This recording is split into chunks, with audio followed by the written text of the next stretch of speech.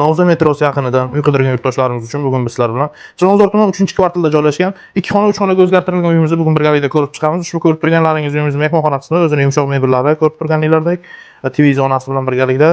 Bu yerda esa oshxonamizni o'rnini balkonga ko'chirib, uyimiz egalari tomonidan 2 xona 3 xonaga o'zgartirilgan bolalar xonasiga ko'rib turganinglardek bu xonada ham mebel va jihozlar bilan ta'minlangan.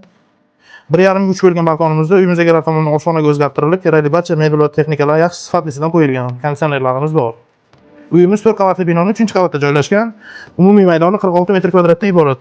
Bu yerda esa ota-onalar yotoqxonasi ko'rib turganinglardek sifat va rang uyg'unligiga alohida e'tibor bilan did bilan jihozlangan. Ko'rib turganinglardek yotoqxonada ham konditsionerlarimiz mavjud. Kartinkalarga baho berib qo'yasizlar alohida. Glavniy eshikdan kirib kelish, elektromontaj ishlari bo'lgan. Oyna, stroyniy shkaflarimiz bor bu yerda. Sanuzulimiz birgalikda joylashgan bo'ladi. Shoy kabinalar, uyni ko'rib turganinglardek.